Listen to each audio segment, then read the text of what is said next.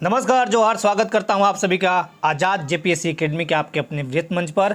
आज है Jharkhand GS test 2। तो आप सभी रेडी हो जाइए। आपको करना ये है कि कमेंट बॉक्स में अपने उत्तर फटाफट कमेंट के रूप में करते रहने हैं। तो चलिए, आज का पहला प्रश्न रहा आपके स्क्रीन पर। ये उरांव, कोरवा और पहाड़िया जनजाति का संबंध किस भाषा परिवार से है? तो बताइए, उरांव, कोरवा, पहाड़िया जनजाति का संबंध किस भाषा परिवार से है? भारतीय आर्य भाषा, द्रविड़ भाषा, इसको द्रविड़ कर लीजिएगा, बारोपीय भाषा और पंच परगनिया। बताइए, फटाफट आंसर दीजिए इसके। तो इसका जिसका भी है बी, बहुत अच्छा, राइट आंसर बी होगा, द्रविड़ भाषा परिवार, है ना। द्रविड़ भाषा परिवार, याद रखिएगा, ये द्रविड़ है। तो उरांव, वैसे भी उरांव जब वर्ड आता है ना, तुरंत द्रविड़ भाषा परिवार कह दीजिए, कोई दिक्कत नहीं है। आज के दूसरे प्रश्न की तरफ चलते हैं।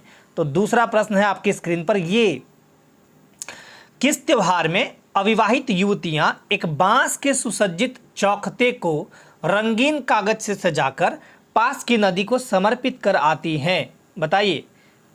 ऑप्शन है जावा पर्व, कर्मा पर्व, सोहराय पर्व या टूसू पर्व।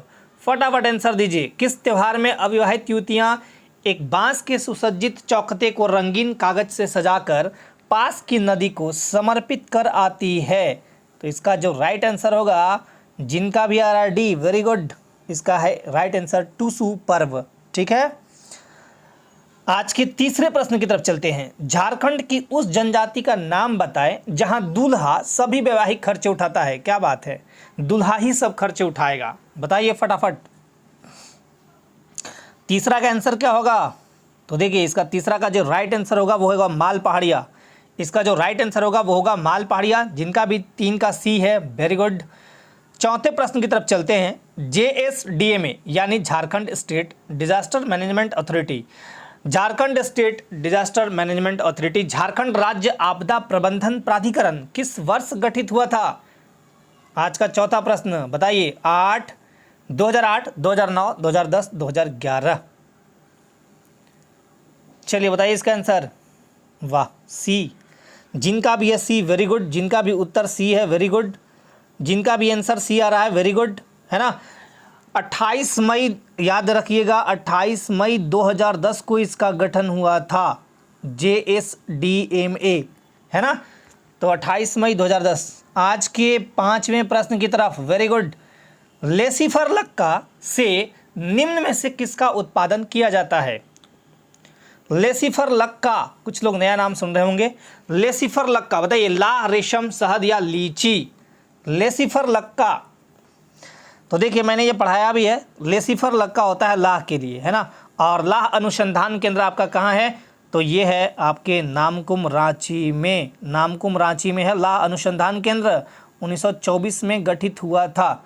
Very good. तो जिसका 5 का आंसर क्या होगा? ए होगा। चलिए छठे प्रश्न की तरफ चलते हैं। भारत सरकार द्वारा हाथी प्रोजेक्ट, हाथी परियोजना की शुरुआत कब की गई? बताइए। 1974, 1990, 1992 या 2001? तो 6 का जो राइट आंसर होगा वो होगा सी, वेरी गुड, जिनका भी सी है, 1992, है ना। चलिए 7वें प्रश्न की तरफ चलते हैं। किसे जनजातियों का महाधिकार पत्र यानी मैग्ना कार्टा कहा जाता है? भाग 3 मौलिक अधिकार को, छोटा नागपुर भूधृति अधिनियम, CNT एक्ट 1908 या SPT एक्ट 1949? बताइए फटाफट, 7 का आंसर बताइए। ये होगा, देखिए कुछ लोग यहाँ पे मत फंसिएगा, मौलिक अधिकार में इसे हम बोलते हैं, भाग 3 को जो बोलते हैं भारतीय संविधान का अधिकार पत्र बोलते हैं, है ना। ये होगा CNT एक्ट, आदिवासियों का पूछा है ना, तो CNT एक्ट 1908 होगा इसका राइट आंसर। चलिए आगे चलते हैं अगले प्रश्न की तरफ। आज का 8वां प्रश्न। संथाल परगना क्षेत्र का प्रथम रैयती कानून संथाल परगना बंदोबस्त विनियमन कब पारित हुआ? देखिए, संथाल परगना क्षेत्र में आया था प्रथम रैयती कानून संथाल परगना बंदोबस्त विनियमन, जिसे हम बोलते हैं SPSR, Santhal Pargana settlement regulation, है ना। तो ये बताइए इसका आंसर क्या होगा? वाह, very good, right answer A, इसका आंसर आ रहा है ए, बहुत लोगों का। चलिए अच्छी बात है। आज के 9वें प्रश्न की तरफ। झारखंड के किस स्थान को बंगाल की राजधानी रहने का गौरव प्राप्त है? बताइए। बंगाल की राजधानी रहने का गौरव प्राप्त है वो जगह कौन सा है? चलिए, ये तो बहुत अच्छा क्वेश्चन है। राजमहल, राजमहल, ठीक है ना, संथाल परगना के अंतर्गत आता था राजमहल, है ना। और इसी राजमहल को जब हम बांटते थे, 2 पार्ट में बटा था। उत्तरी पार्ट साहेबगंज, मैं शॉर्ट में लिख देता हूँ साहेबगंज, है ना, और दक्षिणी पार्ट को हम पाकुड़ कहते हैं, ठीक है। चलिए, अब आते हैं अगले प्रश्न की तरफ। आज का 10वां प्रश्न आपकी स्क्रीन पे रहा। ये छोटा नागपुर क्षेत्र पर सबसे पहले नियंत्रण स्थापित करने वाला अंग्रेज अधिकारी कौन था, बताइए। जॉन डाल्टन, थोड़ा सा माफ़ कीजिएगा, आज थोड़ा क्वेश्चन टाइप करने में थोड़ा सा मिस्टेक हुआ है, इसे मैं सुधार देता हूँ। फर्ग्यूसन, है ना, फर्ग्यूसन, जॉन डाल्टन, फर्ग्यूसन, कैमक या क्लीवलैंड, है ना, बताइए फटाफट आंसर, कौन था। ये था छोटा नागपुर क्षेत्र पर सबसे पहले नियंत्रण स्थापित करने वाला अंग्रेज अधिकारी कौन था, तो ये था आपका जैकब कैमक, जैकब कैमक। इसका जो राइट आंसर होगा वो क्या होगा, जैकब कैमक।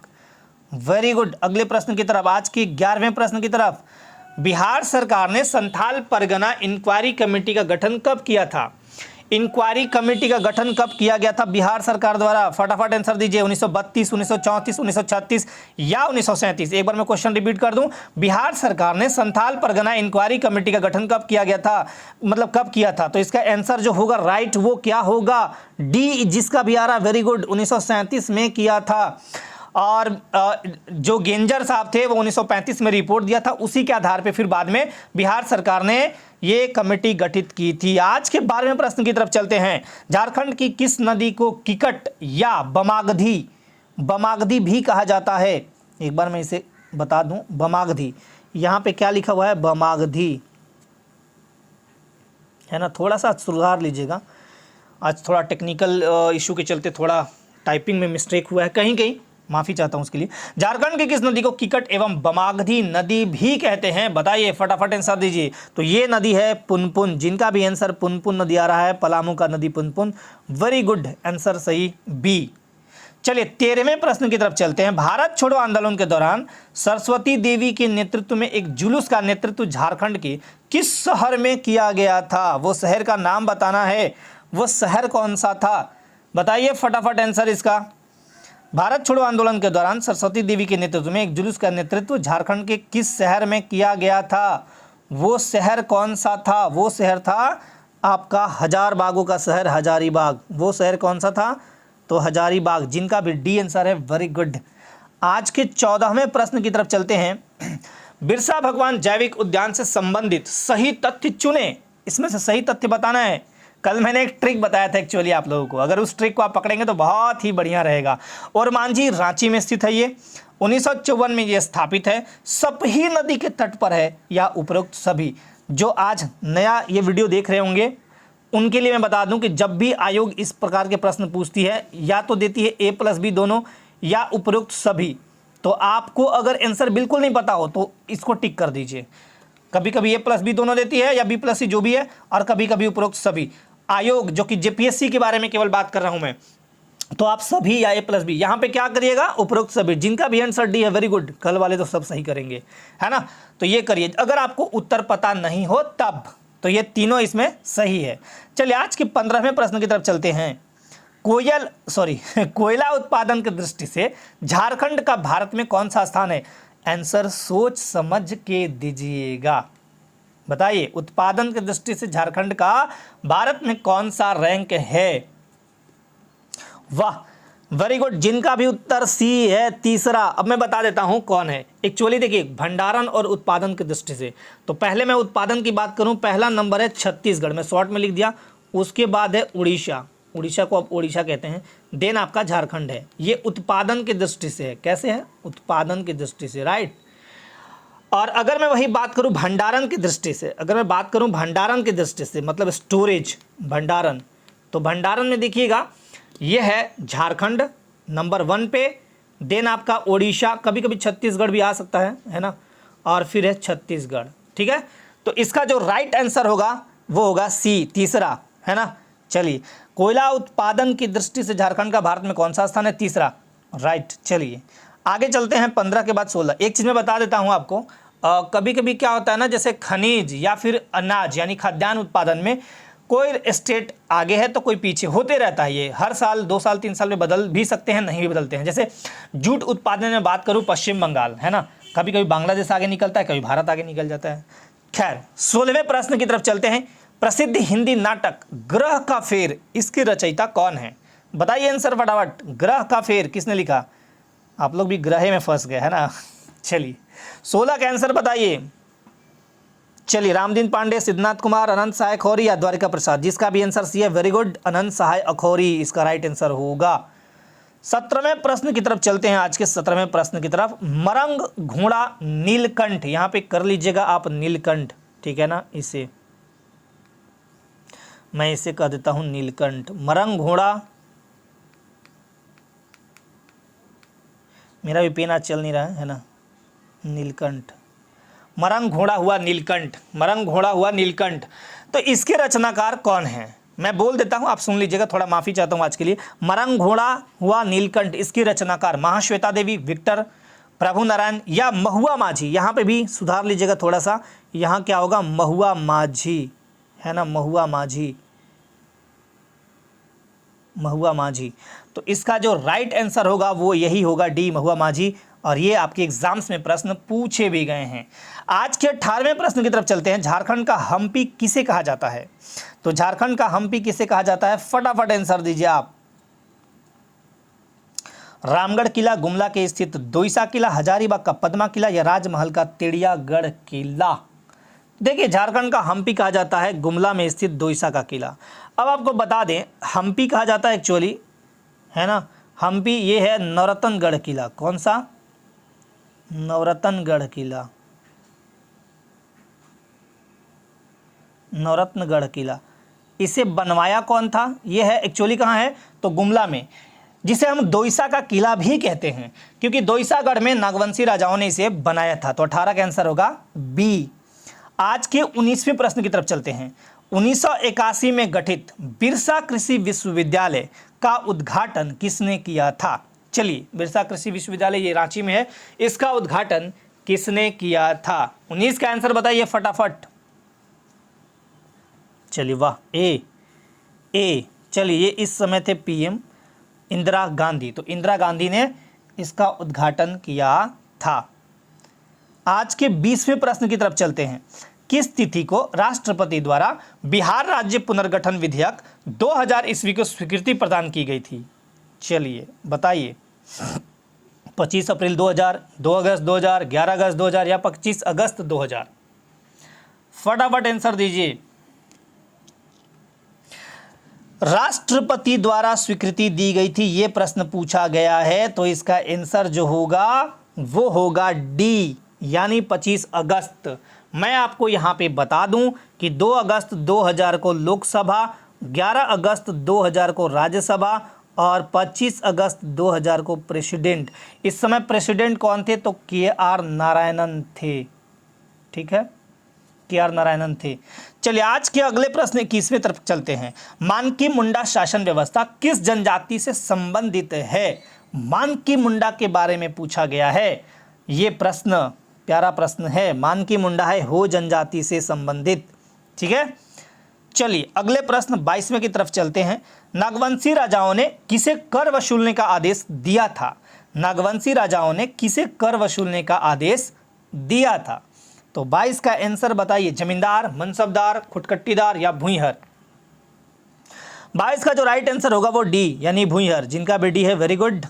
आज का 23वां प्रश्न आपके स्क्रीन पर रहा ये। निम्न में से कौन मुंडा शासन व्यवस्था में प्रशासनिक अधिकारी नहीं होता? देखिए यहां पे पूछा है नहीं होता। कौन मुंडा शासन व्यवस्था में प्रशासनिक अधिकारी नहीं होता? महतो, पांडे, कर्ता या लाल? फटाफट आंसर दीजिए इसके। इसका आंसर क्या होगा? तो ये होगा 23 का ए, यानी महतो। पांडे होते हैं, कर्ता होते हैं और लाल भी होते हैं। ये भी प्रश्न पूछे जा चुके हैं। आज का 24वां प्रश्न। कौन ढोकलो सोहोर शासन व्यवस्था का संचालक है? कौन ढोकलो सोहोर शासन व्यवस्था का संचालक है? गिरी, करटाहा, लाल या चौधरी? चलिए इसका आंसर बताइए। तो इसका आंसर जो होगा राइट वो होगा बी, यानी करटाहा। आज का यह 25वां प्रश्न। किस समुदाय का यह कथन है पाहन गांव को बनाता है और महतो गांव को चलाता है। वाह, वेरी गुड। पाहन जो है गांव को बनाता है और महतो गांव को चलाता है। संथाल, उरांव हो या मुंडा। तो ये कथन है आपका answer Oraon. Very good, Oraon. तो ये थे आज 25 प्रश्न। आपकी जो डिमांड है 50 प्रश्न के, आपने पूछा है कि 50 प्रश्न सर कराएंगे, तो अगला सीरीज यानी जो थर्ड सीरीज होगा, मतलब थर्ड जो इसका पार्ट होगा, वो मैं ज़रूर 50 क्वेश्चन लाऊंगा। आज कुछ तकनीकी कारणों के कारण कहीं कहीं टाइपिंग में मिस्टेक है ना, और 25 प्रश्न ही हो पाए। कल से मैं ये पूरा प्रयत्न करूंगा कि आपका कम से कम 50 प्रश्न रहे, 50 प्रश्न जरूर रहे। और ये सीरीज कैसा लग रहा है फिर से आपको एक बार बता देना है। जो नए हैं वो बताएंगे, बाकी पुराने वाले तो आप लोग बता चुके हैं, ठीक है। और अपनी तैयारी को जारी रखिए, और आपको क्या यहाँ से हेल्प चाहिए वो आप कमेंट कर सकते हैं। तो अपनी तैयारी को निरंतरता के साथ जारी रखिए।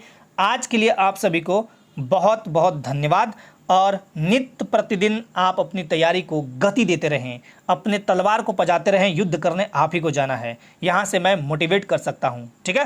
तो चलिए, आज के लिए धन्यवाद। जय हिंद।